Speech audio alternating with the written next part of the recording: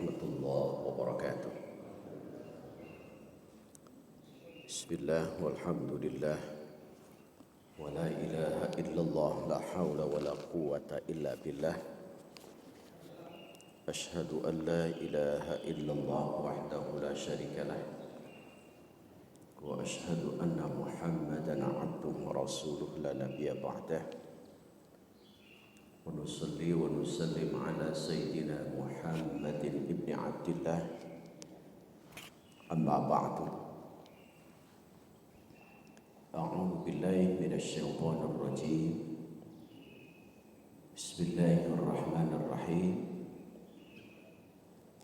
Ya ayyuhalladzina amanu kutiba alaikumus syiyam kama kutiba alal ladzina min qablikum la'allakum tattaqun. Al-ayah. Wa qala ayah wa ma ataitum min riba liyarbuwa fi amwalin nasi fala yarbu indallah wa ma ataitum min zakatin turiduna wajhallah fa ulaika humul mud'ifun. Al-ayah. Bapak dan Ibu, pada kajian subuh ini yang biasanya kita membahas tafsir Quran juz 30, pada subuh ini kita bahas tematik dulu, yaitu Quran. Yang pertama surah Al-Baqarah ayat 183 sampai 187. Yang kedua Quran surah Ar-Rum ayat 39. Judulnya ada dua ini. Saya singkat saja makanya. Yang pertama tentang puasa, yang kedua tentang zakat.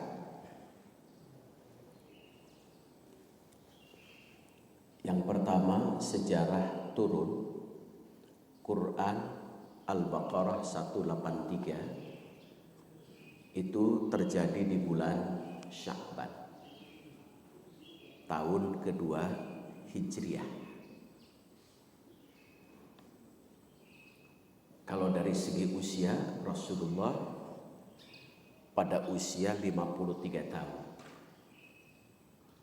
Sehingga Rasulullah mulai melaksanakan puasa Ramadan itu di usia 53 tahun. Beda dengan Bapak Ibu. Mulai melaksanakan ibadah puasa Ramadan itu di usia 6 tahun.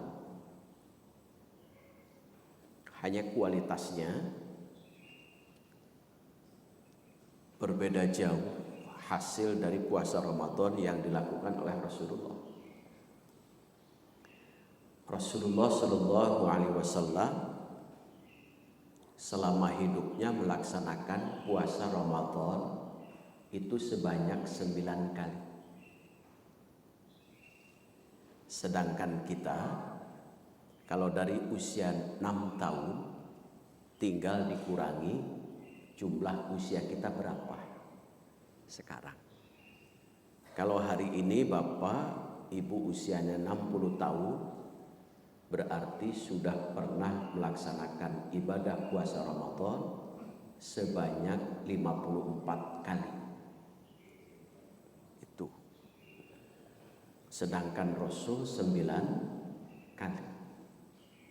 Yang menjadi pertanyaan besar, apakah jumlah yang banyak berpengaruh terhadap kualitas? Itu pertanyaan besar itu. Secara teori harusnya iya berpengaruh terhadap kualitas. Tapi ternyata kualitas 9 kali itu lebih tinggi ketimbang 54 kali. Sosoknya adalah Rasulullah Shallallahu Alaihi Wasallam. baik itu ibadah hubungan dengan Allah maupun ibadah hubungan sesama manusia. Makanya kita luruskan dulu makna puasanya supaya puasa tahun ini lebih berkualitas. Makanya kenapa diturunkan di bulan Sya'ban, supaya Rasulullah Shallallahu Alaihi Wasallam menyampaikan kepada para sahabat dan umatnya sehingga puasanya itu lebih berkualitas sesuai dengan kehendak yang diinginkan oleh Allah Subhanahu wa taala. Makna puasa, ada sebagian tokoh, dia bukan ulama tapi peneliti, bedanya puasa kita dengan Rasul, sehingga Rasulullah berkualitas, kita kurang kualitasnya. Puasa Rasul itu ada yang 8 jam atau 9 jam, ada yang tidak terikat oleh waktu, kecuali pada saat kita tidur. Puasa yang 9 jam itu adalah puasa menahan lapar dan haus, hubungan suami istri di siang hari. 9 jam. Untung kita 9 jam. Dulu saat awal mula turun ayat Al-Baqarah 183, puasanya itu hampir 24 jam. Karena maghrib buka, isya sudah puasa lagi. Awalnya itu. Jeda maghrib ke isya itu kan hanya 1 jam, berarti puasanya 23 jam. Untung ada kejadian, Qais bin Sarmah pada saat buka puasa maghrib, ia tertidur. Kemudian sampai isya, sehingga pada saat buka dia tidak berbuka. Pada saat buka puasa dia tidak buka, tidak minum, tidak makan. Puasa lagi. Besoknya Qais bin Sarmah ini bekerja lagi. Terik matahari yang begitu sangat panas. Maka disebutlah Ramadan, karena bulan Ramadan di Arab itu saat itu sangat panas. Pekerjaannya di mana?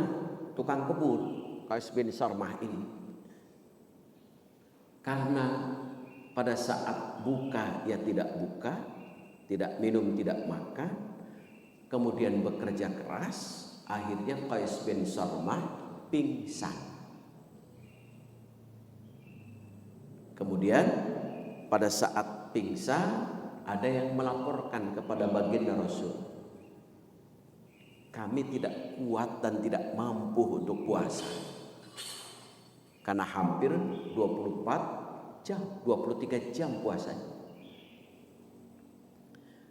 Kemudian Rasulullah dibimbing oleh wahyu, turunlah Quran surah Al-Baqarah 187 yang menjelaskan wa kulu washrabu hatta yatabayyana lakumul khaytul abyad minal khaytil aswad, yang menjelaskan puasa itu mulainya adalah dari waktu subuh sampai matahari terbenam, yaitu waktu maghrib. Sampai sekarang itu berlaku. Jadi puasa kita dari mulai waktu subuh sampai waktu maghrib. Min tulu'il fajri dalam bahasa tafsir itu. Dari mulai terbit fajar sampai ghurubis syamsi, sampai terbenamnya matahari. Makanya penghitungan untuk awal Ramadan dan akhir Ramadan ada yang asy-syamsu wal qamaru bihusban dari Quran surah Ar-Rahman, pendekatan hisab, ada yang pendekatan ru'yah. Kadang hasilnya sama, kadang juga berbeda. Itu kenapa berbeda? Kadang ada ulama yang menyebut wujudul hilal, yang penting nampak hilalnya, bulannya. Sedangkan pemerintah imkanul hilal, nampak tapi hilalnya harus memenuhi standar minimal. Ada yang 3, ada yang 5, ada yang 7. Di Turki itu sampai 7 derajat gitu. Di kita 3. Itu. Ada yang kan garis lurus gitu. Seperti kalau jarum pendek dan jarum panjangnya di jam 12. Lebih sedikit itu sudah lewat. Sudah nongol. Ada juga yang nongolnya harus lebihnya jangan sedikit. Standar minimal. Itulah sebabnya terjadi perbedaan pendapat. Itu bab ilmu. Berbeda pendapat boleh, yang penting amalkan sesuatu yang kita yakini tanpa menyalahkan, mencela pendapat orang lain. Itu prinsipnya kalau dalam bab fikih itu. Nah, sehingga Ibnu Qayyim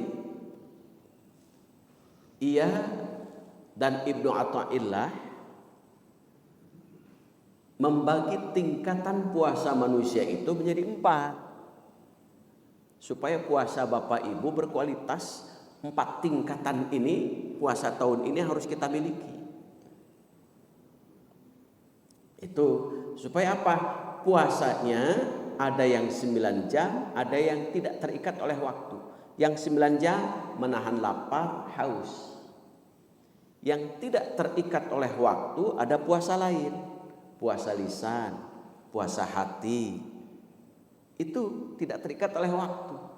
Makanya Ibnu Athaillah membagi 4 tingkatan. 4 tingkatan ini isinya ada yang puasa 9 jam, ada yang puasanya tidak terikat oleh waktu. Yang pertama ada puasa mukmin. Puasa mukmin itu apa? Puasanya hanya sekedar menahan lapar, haus, hubungan suami istri di siang hari. Puasa ini anak kecil pun bisa. Usia TK pun bisa itu. Mereka bisa menahan lapar, bisa menahan haus di siang hari. Kuat usia 6 tahun seperti yang pernah kita alami pada saat dulu. Jika seseorang yang berpuasa hanya tingkatan pertama, maka hasilnya bisa jadi tidak ada, hanya lapar dan haus. Seperti yang diungkap oleh Rasulullah. Kam min shaimin min siyamihi laisa lahu illal ju' wal 'atash. Banyak orang puasa tapi hasilnya hanya sekedar lapar dan haus. Selesai. Ini puasa yang 9 jam. Min tulu'il fajri, terbit fajar subuh sampai matahari terbenam. Di kita ada istilah imsak. Imsak itu belum berhenti. Silakan saja makan. Kalau waktu terbaik untuk sahur itu kurang lebih dalam hadis itu Abdullah ibnu Maktum membaca ayat sampai 50 ayat. kurang lebih 1 jam sebelum waktu subuh. Jadi kalau dulu peringatan untuk puasa itu Abdullah bin Maktum membaca ayat. Berarti kalau sekarang setengah 5, berarti setengah 4 itu waktu terbaik sahurnya. Dan Bapak Ibu harus sahur. Kenapa? Sahur itu satu pembeda puasa kita dengan puasa Yahudi Nasrani. Yahudi Nasrani puasa tapi tanpa sahur. Itu yang pertama. Yang kedua, sahur itu ada keberkahan. Ada berkah. Berkahnya apa? Dalam hadis, Ibu, ada 3 perbuatan yang oleh Allah tidak akan dihisab. 3 perbuatan oleh Allah tidak akan dihisab. Ini berkahnya. 1, makan sahur. 2, buka puasa. Yang ketiga, makan bersama saudara, teman, atau sahabat. Jadi kalau Bapak Ibu ingin tidak dihisab, sering-sering ngajak makan. Tidak dihisab itu. Jadi 3 perbuatan yang Allah tidak akan hisab. Ini berkahnya. Makan sahur, ya kenyang, tapi tidak dihisab. Malah bertambah kebaikan. Berkah itu zadatul khair. Buka puasa, kenyang, nikmat, tidak dihisab. Dan makan bersama saudara, teman, sahabat. Maka Rasulullah kebiasaan kalau makan enak itu mengajak orang. Beda dengan Bapak Ibu kalau ingin makan enak ke restoran dengan keluarga itu. Itu. Kalau Rasulullah ngajak orang gitu.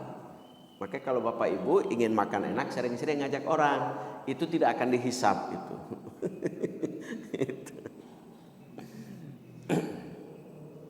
Itu waktu sahur. Jadi makanya dalam hadis mengakhirkan sahur itu sunnah, mengawalkan buka itu adalah sunnah.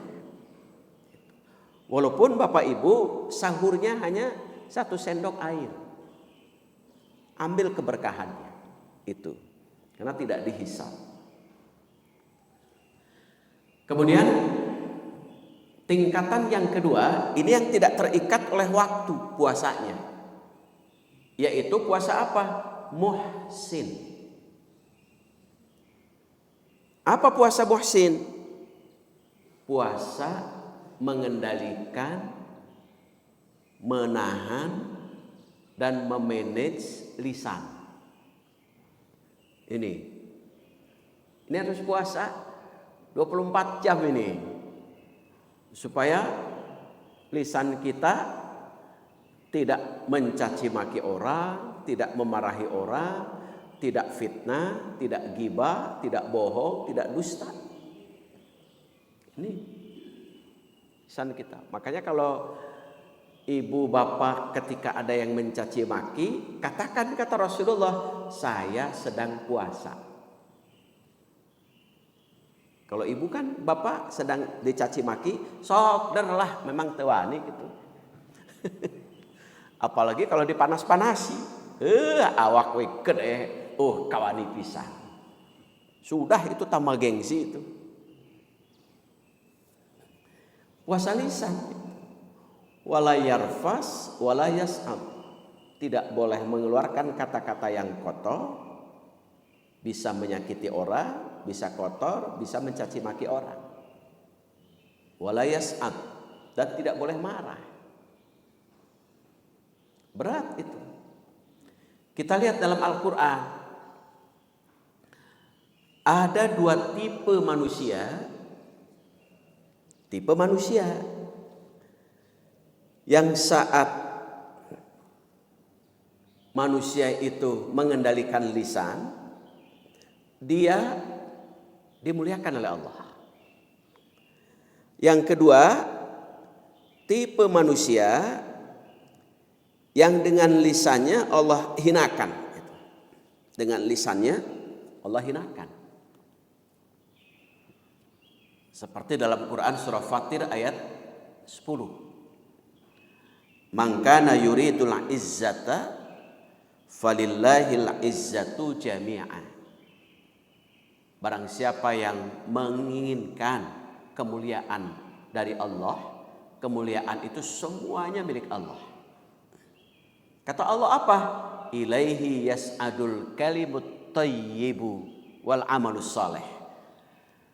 Menggapai kemuliaan itu bisa jalur ini, bisa jalur lisan. Itu. Tipe manusia yang dimuliakan oleh Allah karena lisannya hebat adalah Luqman al-Hakim. Walaqad ataina Luqman al-hikmah. Luqman diberikan oleh Allah hikmah, selalu tutur katanya manfaat, tidak pernah menyakiti orang. Seperti yang dicontohkan oleh Rasulullah juga. Padahal Luqman al-Hakim adalah orang biasa. Kulitnya saja hitam pekat. Kalau anak-anak sekarang menyebut black sweet, sweetnya hilang. Itu. Usahanya, pekerjaannya Luqman itu kadang-kadang mencari kayu bakar. Kadang-kadang menjadi pembantu di rumah Raja Khalid Ar-Rubai saat itu. Tapi oleh Allah dimuliakan karena ininya. Contoh, Luqman saat keluar dari rumah membawa keledai dengan kedua anaknya, An'am dan Anka. Lalu kemudian Luqman naik, kedua anaknya yang nuntun. Lewat kelompok orang, di komen, itu bapak tega. Kok si bapaknya naik, anaknya suruh nuntun? Komen. Lalu kemudian Luqman al-Hakim turun, kedua anaknya yang naik. Lewat lagi kelompok orang, komen lagi ini kelompok orang. Itu anak gak sopan. Masa bapaknya suruh nuntun, anaknya yang naik. Turun dua anaknya, dituntun oleh bapaknya dengan kedua anaknya. Komen lagi, itu orang kok sih punya kendaraan tidak dinaiki. Serba salah. Apa kata Luqman pesan pada anaknya? Nah, lakukan sesuatu yang bermanfaat untukmu dan untuk orang banyak. Jangan hiraukan komen-komen orang lain. Itu pesannya pada anaknya. Kalau kita kan kadang-kadang ketika berbuat baik banyak komen, sok malas kadang berbuat baiknya. Sudah begini begitu saya salah terus. Sudahlah. Nah, Allah tidak bosan dengan perbuatan baik kita. Itu. Sekalipun misalkan saya ceramah sekalipun tidak ada jamaah, anggap saja tiang-tiang ini jamaahnya. Itu perbuatan baik, Allah tidak bosan. Itu Luqman al-Hakim contohnya, orang biasa tetapi diangkat oleh Allah derajatnya karena lisannya. Contoh orang terpandang kaya raya dihinakan oleh Allah karena lisannya. Siapa?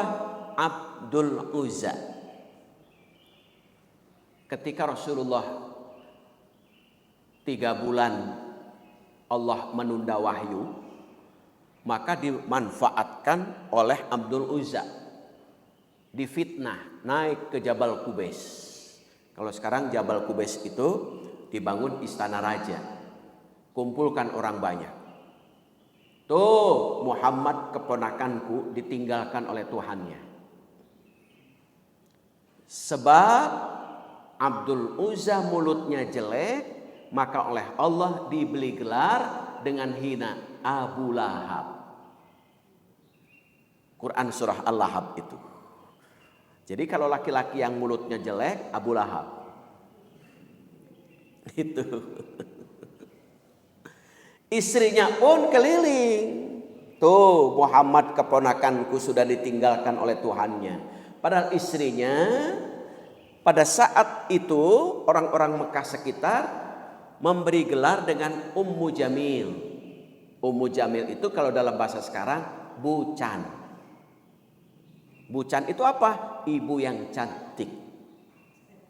Karena memang cantik, perhiasannya selalu dipakai, kalung, gelang, cincinnya. Orang terpandang. Tetapi karena mulutnya jelek, oleh Allah dihinakan. Yang cantik itu. Sehingga disebut hammalatal hatab. Jadi kalau ada perempuan yang mulutnya jelek, si hama itu teh. Membawa hatab itu. Itu. Jadi dua tipe itu. Makanya kita supaya puasa menggapai kemuliaan dari Allah, sebagaimana Quran surah Fatir ayat 10, ilaihi yas'adul kalimut thayyibu, melalui jalur bukan hanya kita menahan lapar haus, tetapi juga mengendalikan lisan, supaya dengan puasa kita juga diangkat derajatnya. Itu yang kedua, tingkatannya sebut tingkatan muhsin. Gitu. Ini puasa tidak terikat oleh waktu, kecuali tidur. Tidur juga menahan mulut kan, supaya tidak ngorok ya. Nah, itu ya. Yang kedua, yang ketiga tingkatannya. Ada tingkatan mukhlis. Ini sudah tingkatan tinggi nih. Mukhlis itu puasa itu berat. Tetapi bagi orang yang tingkatan mukhlis menjadi ringan karena nikmat. Lapar haus itu berat tapi menjadi ringan karena nikmat, karena dia ikhlas. Diam itu daripada ia bicara menyakiti orang, nikmat daripada ia bicara menyakiti orang. Selalu fresh, seger, tegar itu nikmat daripada bimoli, bibir monyong 5 mili. Tarawih itu mau bacaan panjang pendek nikmat. Tidak akan keluh kesah. Makanya dalam sebutan ada istilah tarhib dengan targhib Ramadan. Kita artikan. Tarhib itu artinya ada 2. Satu, tarhib itu artinya lapangan yang luas, tempat menyimpan kendaraan. Kendaraan itu disimpan bukan untuk diparkirkan, tetapi untuk diservis. Ramadan itu bulan yang luas karena di dalamnya ada rahmat, ada ampunan, ada pembebasan manusia dari api neraka. Maka kita siap Ramadan itu untuk bersih-bersih. Maka ulama menyebut Ramadan itu syahrul mutahharah, bulan bersih-bersih. Itu. Kenapa? Diservis. Bisa jadi bulan yang 11 itu kita melakukan sesuatu yang kotor. Maka bulan Ramadan kita bersih-bersih. Diawalinya dari bulan Rajab kan bersihnya. Sehingga bulan Rajab disebut Syahrul Asad. Bulan Rajab disebut bulan penuh dengan kebaikan karena manusianya mengisi bulan Rajab itu sudah semangat berbuat baik. Yang kedua, bulan Rajab disebut Syahrul Asab, bulan tuli buta, karena pada saat dulu orang-orang itu menyimpan alat-alat perangnya. Karena tidak lagi mendengar suara perang atau suara pedang. Maka bulan Rajab tidak ada lagi permusuhan, tidak ada kesal, benci, dengki. Bulan Ramadan sudah bulan bersih. Itu syahrul mutahharah. Jadi tidak akan berat karena ikhlas. Walaupun tingkatan ikhlas itu menurut ulama ada 4 tingkatan ikhlas. 1 yang disebut dengan ikhlas mubtadi.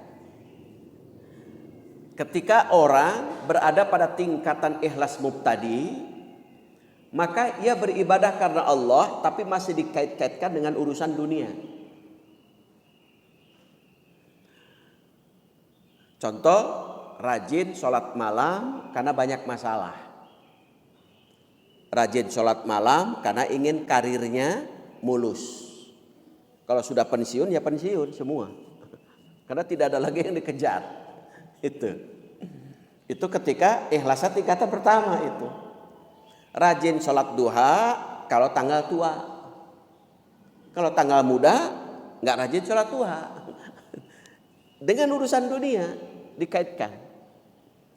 Yang kedua, ikhlas abid. Rajin sholat, rajin baca Quran, rajin sholat berjamaah karena ngejar pahala. Ramadan masjid penuh karena pahalanya. Sehingga tingkatan kedua ini, Ramadan pergi, ia pun ikut pergi. Bahkan ada yang lebih kreatif, Ramadan belum pergi, ia sudah pergi duluan. Itu. Kenapa? Tingkatan ikhlasnya masih tingkatan kedua. Yang ketiga, ada tingkatan ikhlas muhib. Kalau tingkatan ikhlas, ibadah hanya karena Allah. Mau Ramadan, mau Syawal, mau Dzul Hijjah, mau Dzul Qa'dah, mau Dzul Hijjah, tidak ada pengaruh karena ibadahnya karena Allah. Mau di Mekah, mau di Madinah, mau di Margahayu, ya tetap rajin. Karena Allah. Tapi kalau bapak ibu ibadah karena Mekah Madinah akan ditinggalkan. Bisa jadi seiring dengan Mekah Madinah ditinggalkan, kita pun akan meninggalkan semangatnya. Ketika ibadah karena Ramadan pun akan pergi. Seiring dengan Ramadan pergi, maka bisa jadi orang pun akan ikut pergi. Kalau ibadah mukhlis, yang keempat muhib, ya ibadah karena Allah, semangat terus itu.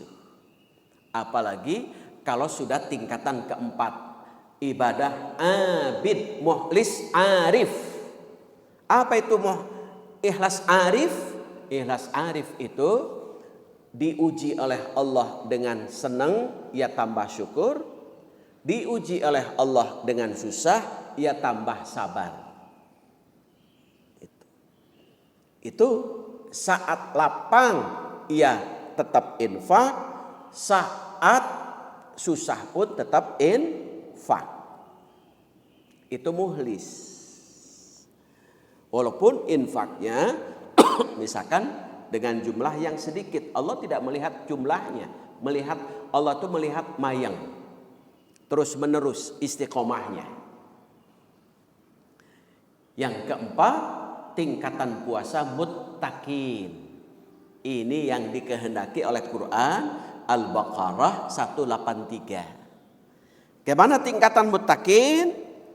Memelihara hati untuk tidak tertarik pada sesuatu yang melalaikan. Tidak pernah mengisi hati selain dengan Allah. Hatinya sudah bersih dan tidak mau berbuat sesuatu yang melalaikan. Disinilah butuh usaha. Umar bin Khattab pernah mewakafkan kebunnya Karena sebab saat dia di kebun pulang melewati jamaah sholat asar, terlewatkan.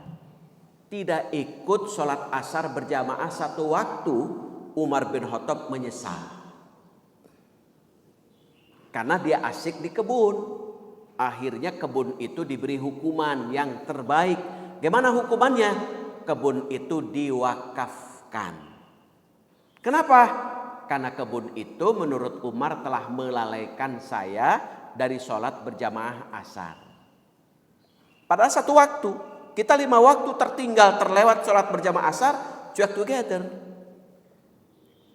Nah, pada saat bulan Ramadan nanti, kalau ibu bapak menyebabkan HP ini lalai, malas, televisi lalai, malas, wakafkan HP dan televisinya. Itu tipe Umar itu. Kenapa? Karena HP dan televisi membuatnya malas, sehingga ada kerja keras. Maka dalam Quran surah Al-Insyiqaq ayat 6, ya ayyuhal insan innaka kadihun ila rabbika kadhan famulaki.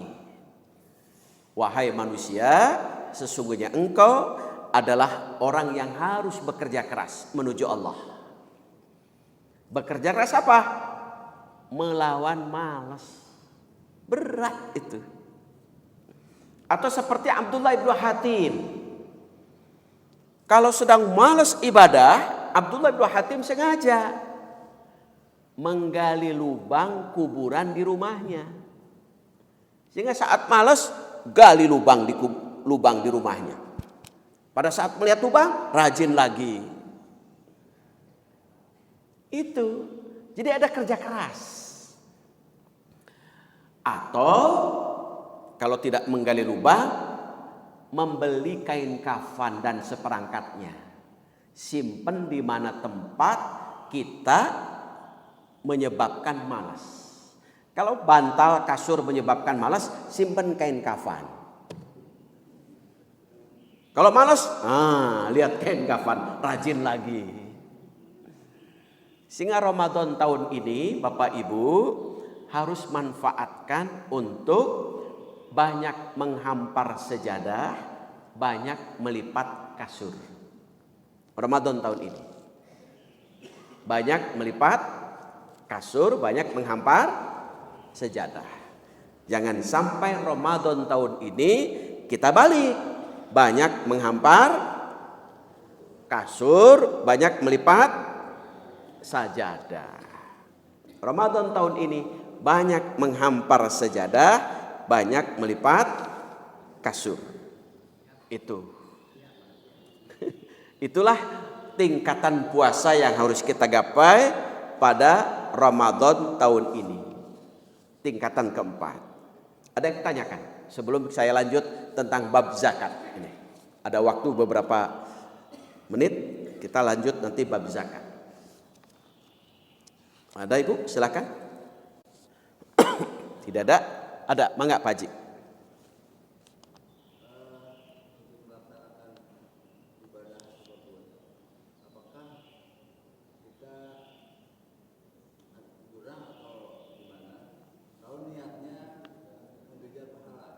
Ya.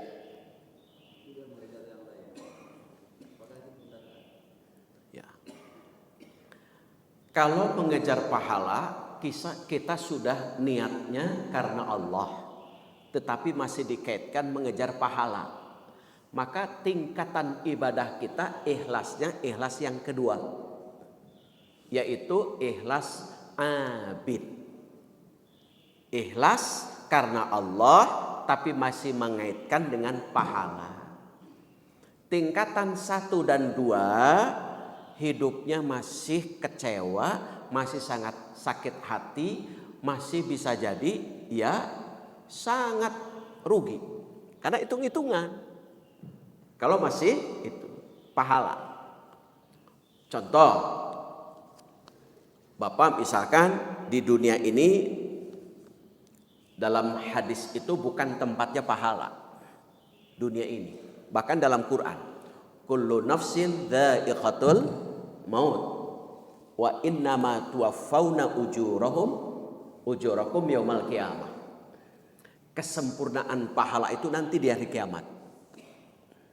Tempatnya dunia itu bukan pahala, tetapi tempatnya bercocok tanam atau beramal.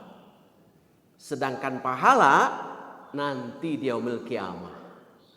Bahkan bukan hanya yaumil qiyamah, sejak kita sakaratul maut sudah mulai pahala itu terlihat.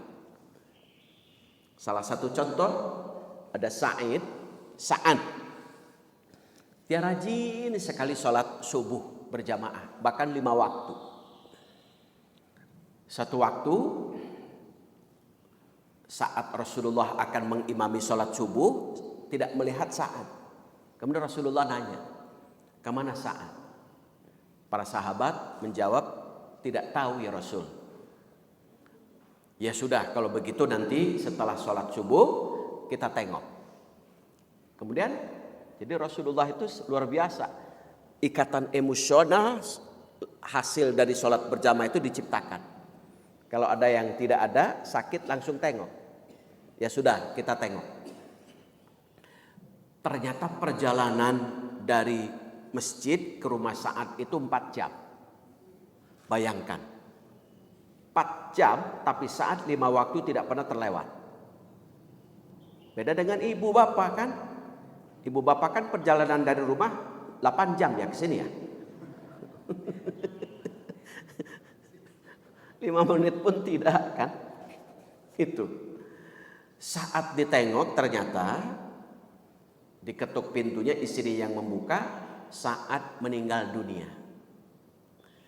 Sehingga terputusnya tidak melaksanakan sholat berjamaah itu bukan karena kesibukan tapi karena kematian.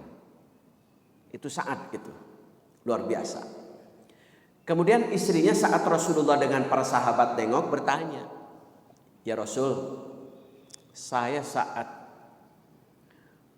pada saat mendampingi saat sakaratul maut, ada ucapan dari saat terakhir. Ada 3 ungkapan. Kenapa tidak lebih bagus? Kenapa tidak semua? Kenapa tidak lebih jauh? Apa itu maksudnya ya Rasul? Rasulullah membuat halaqah, nengok pengajian, menjelaskan pertanyaan dari istrinya. Kenapa tidak lebih bagus? Pada saat keluar dari rumah, tiba-tiba di masjid ada orang yang kedinginan. Sa'ad pakai jaket. Jaketnya diberikan untuk menghangatkan orang yang kedinginan itu. Jaketnya bekas. Oleh Allah diperlihatkan pahalanya seperti running tag ketika sakaratul maut. Dapat pahala. Luar biasa pahalanya. Saat menyesal, kenapa tidak lebih bagus? Baju bekas saja sudah dapat pahala. Itu. Yang kedua, kenapa tidak semua? Ketika saat minum, buka puasa, tiba-tiba ada orang yang minta-minta. Saat makan roti, dibagi 2 rotinya, air susunya juga dibagi 2. Lalu Allah perlihatkan pahalanya. Saat menyesalnya luar biasa, ternyata dibagi 2 pun pahalanya luar biasa. Kenapa tidak semua? Kata Sa'ad itu. Lalu apalagi? Kenapa tidak lebih jauh? 4 jam perjalanan menuju masjid dari rumahnya masih kurang. 4 jam. Kenapa tidak lebih jauh? Itu sudah dapat pahala. Namun ketika ibadah mengharap pahala, khawatir bapak ibu kecewa atau kapok. Saya sholat malam rajin, duha rajin, hidup tetap susah. Sudahlah. Makanya naik tingkatan ketiga. Kan buktinya banyak. Kenapa Ramadan begitu penuh masjid? Karena pahala. Sawal, apa tidak ada pahala? Ada. Tapi kenapa? Tetap jamaahnya kembali. Kembali semula. Aki-aki deh, ini deh. Jamaahnya itu. Kenapa? Karena tingkatan kedua. Naik Pak, pada Ramadan tahun ini tingkatan ketiga minimal. Ibadah hanya karena Allah, bukan karena Ramadan, bukan karena Mekah Madinah, tetapi karena Allah itu. Saya kira itu Pak. Ada lagi?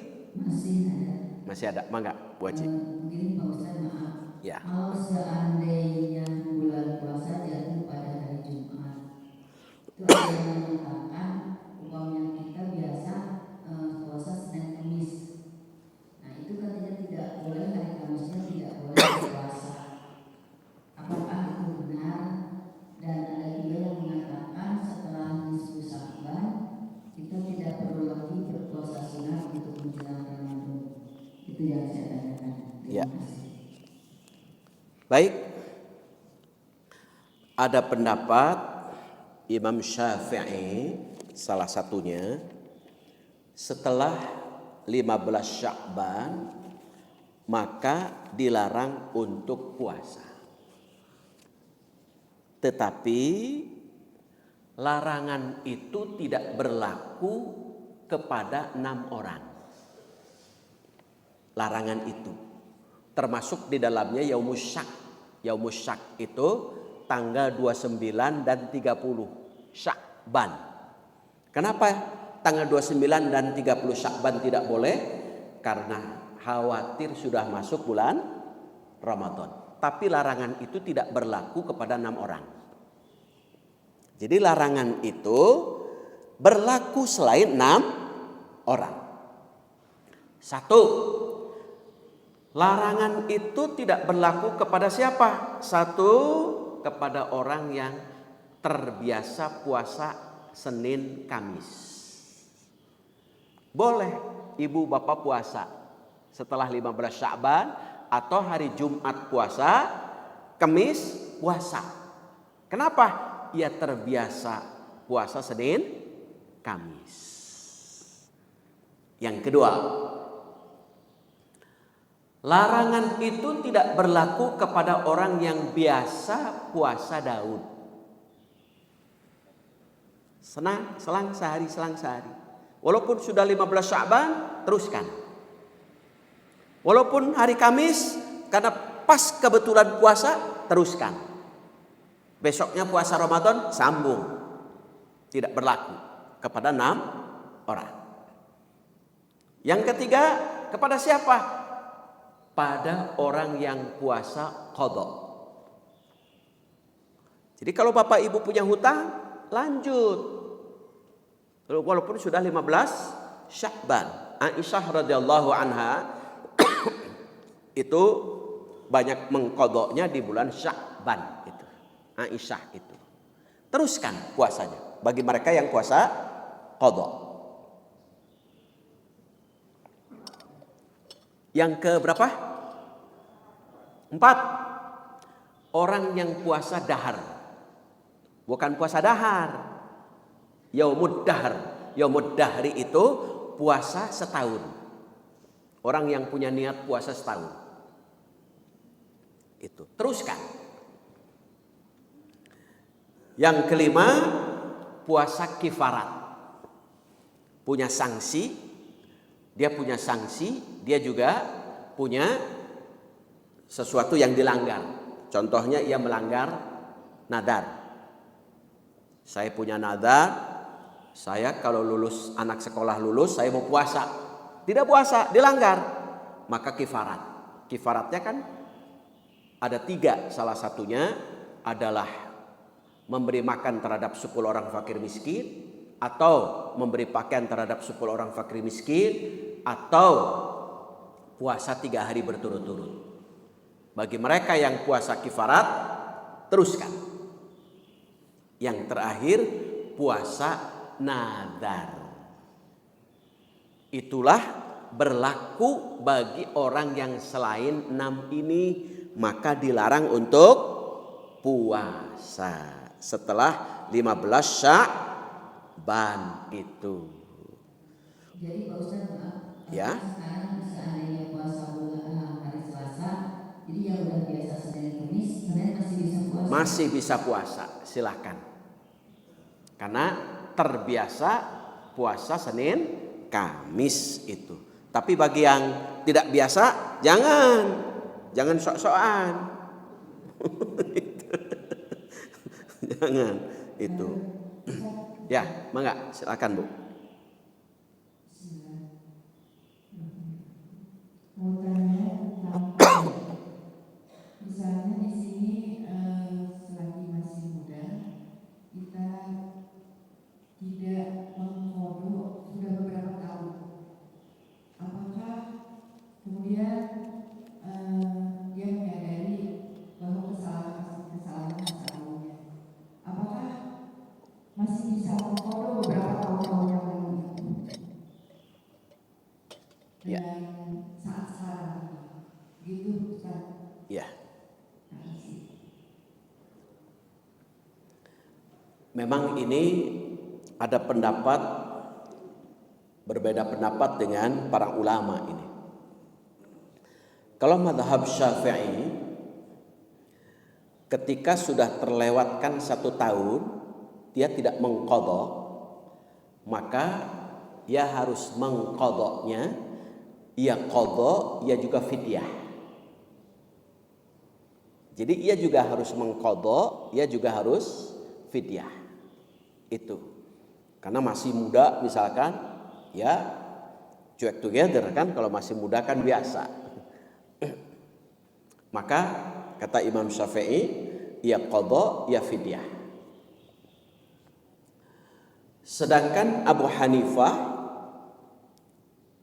cukup dengan tobat. Perbanyak puasa sunnah. Itu puasa sunnah. Dan sedekah. Tahun yang lalu khawatir memberatkan, makanya jumlahnya banyak. Ya kalau jumlahnya sedikit mungkin. Kalau masih mudanya misalkan dari usia 15 tahun sampai usia 40 tahun, berarti berapa yang ditinggalkan? Maka cukup tobat saja. Tobatnya bagaimana? Perbanyak puasa sunnah.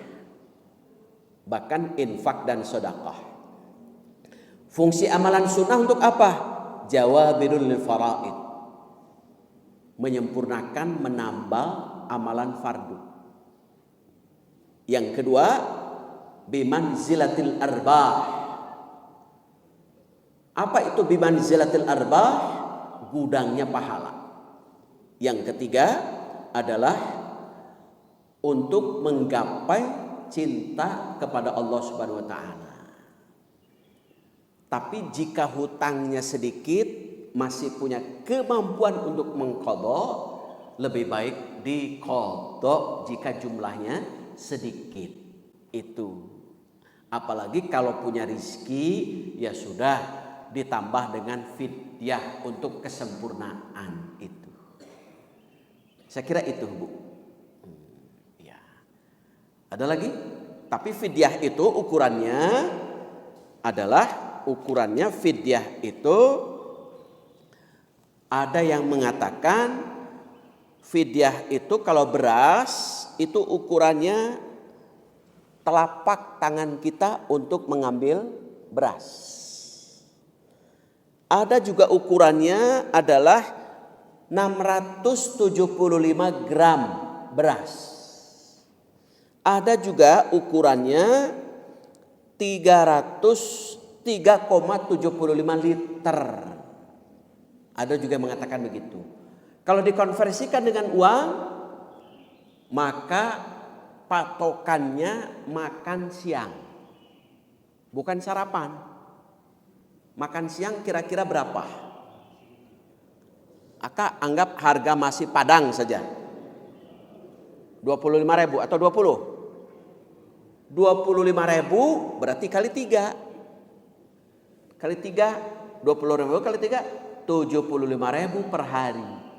Berarti 75.000 dikali jumlah hari yang ditinggalkan berapa? Itu. Jadi jangan ukuran makan siang, makan pagi. Kenapa? Kalau makan pagi lontong jeung bala-bala. Kopi tambah itu. Jadi jumlahnya sedikit. Makan siang itu kata Imam Nawawi itu. Siapa yang orang yang fidyah itu? Yang pertama orang yang sakit dan potensi sembuhnya sangat kecil. Boleh berfidyah itu.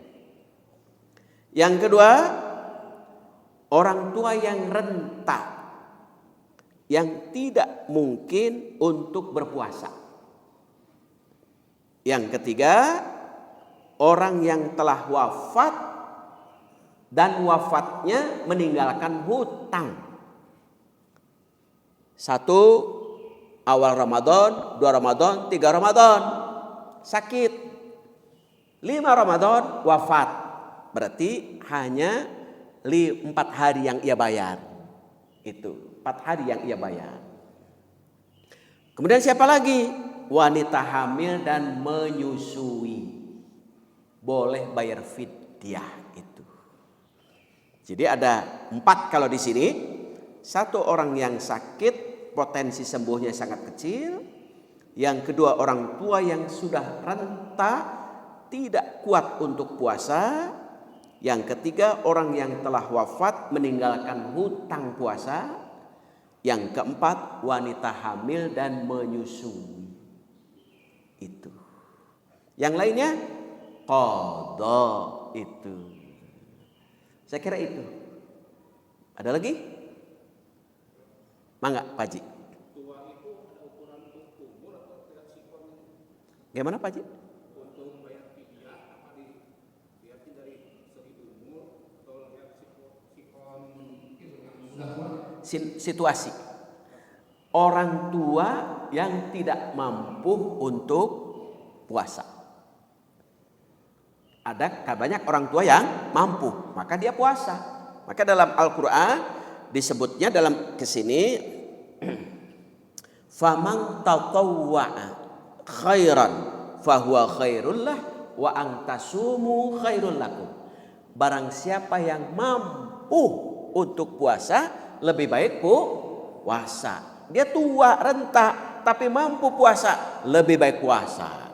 Tapi tua renta dia tidak mampu puasa, maka jangan puasa, fidyah saja. Karena untuk bapak-bapak kan tuanya tapi tua mampu puasa. Jangan sampai saya kata Ustadz tua saya tidak akan puasa, fidyah saja. Jangan. Karena bapak tergolong mampu itu. Saya kira itu Pak Haji.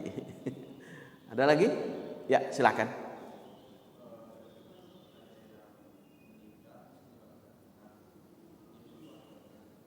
Yang meninggal dunia bayar hutang puasa. Nah, yang meninggal dunia itu hutang puasanya adalah yang ditinggalkan saja. Jadi kalau meninggal dunianya sebelum Ramadan berarti ia tidak punya hutang. Meninggalnya saat di bulan Ramadan. Ketika sudah misalkan beberapa hari Ramadan kemudian ia meninggal dunia, maka ia mengqadha. Dan kalau yang mengqadha itu dalam hadis, walaupun hadisnya terjadi perbedaan pendapat. Dari Aisyah radhiyallahu anha, qala man mata wa alaihi siyamun sama anhu waliyuhu. Dari Aisyah radhiyallahu anha, barang siapa yang meninggal dunia dan hutang puasa, maka puasanya boleh oleh ahli warisnya. Jadi bagi waris itu tidak mesti uang.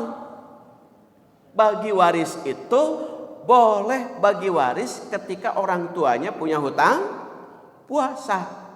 Tidak usah bayar fidyah, sudah saja dibagi 1 bulan. Misalkan meninggalnya adalah Syawal, berarti kan 1 bulan penuh. Punya anak 4, dibagi saja. Anak pertama seminggu, anak kedua seminggu, berarti 4 minggu.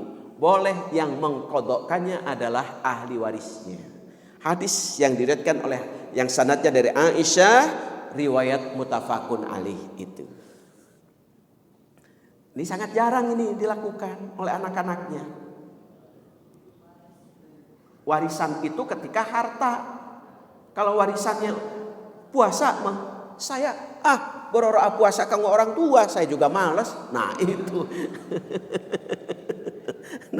Boleh mempuasakan, mengqadha untuk orang tua yang sudah meninggal dunia. Tidak mesti untuk bayar fidyah itu. Ya, kadang-kadang anak-anaknya mampu, maka sudah saja dengan uang. Sudah saja untuk bakti kepada orang tua, bayar dengan mengqadhanya puasa. 4 anaknya berarti seminggu ewang. Itu. Saya kira itu. Ada lagi? Cukup? Nah, berarti tentang zakat insya Allah nanti kita bahas untuk kajian berikutnya insya Allah. Sekarang tentang puasa. Itu saja barangkali yang saya sampaikan. Mudah-mudahan kita sehat, panjang umur, diiringi dengan keberkahan. Subhanaka Allahumma wa bihamdika asyhadu an la ilaha illa anta astaghfiruka wa atubu ilaik. Assalamualaikum warahmatullahi wabarakatuh.